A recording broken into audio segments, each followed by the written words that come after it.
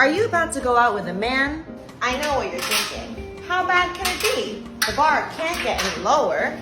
Studies show that the bar does indeed get lower. I've given up on exclusivity at this point. I just want sex, respect, and communication, but he said he wasn't ready for a relationship. It was my fault. I posted a pretty drink I had in my stories and accidentally got his hand in frame. He said he wanted to see me on Thursday, so I thought he meant he wanted to see me on Thursday. Because I took that too literally. Well, ladies, you're in luck, because I'm here to tell you about a method that will literally turn the tables. Introducing Bring Nothing to the Table. This 30-day program will allow you to act like a man and bring nothing to the table.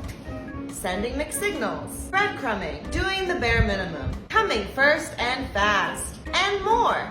It's time we turn the tables, ladies, and bring nothing to the table.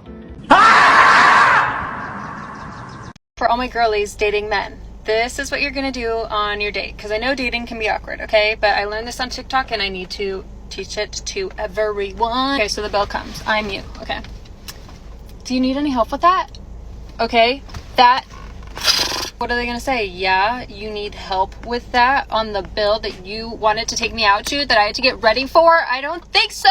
In a patriarchy created by men where men are paid more than women, even though women typically do a better job. In a world where all wars have been started by men. In a society where 90% of rapes are by men. Don't even get me started on the orgasm gap. No, babe, when your gender figures it out, maybe we'll talk about it. Really, nigga? This reminds me of dating in Boston. So dating in Boston, like many places, is tricky, particularly if you're like me and you look for someone's socio-political affiliation on their profile, because lots of the liberals are just moderates in a rainbow font, and lots of the moderates are lying. And political affiliation doesn't tell me everything I need to know about somebody, but it's a good start. So it's probably 2019 and I'm just absent-mindedly swiping on Hinge or something. So I match with this guy and he messages me and I check his profile and I see that it says conservative. So I message him back and I say, hey, I'm sorry, I didn't notice that your profile says conservative and my politics are very far to the left and that's really important to me. So I just don't think this is going to work out, but I wish you all the best. And I'm thinking this man is going to read this, he's going to see that we just have a difference of opinion and that's okay, and he's going to go about his life. But he had other plans. This man messages me back. No, this self-aggrandizing poopy pants toddler messages me back and says, I thought the liberals were about preaching tolerance. You won't even give me a chance. You cunt. Get off your high horse. F you. So I really missed out on a catch, y'all. The one that got away. Don't forget to subscribe.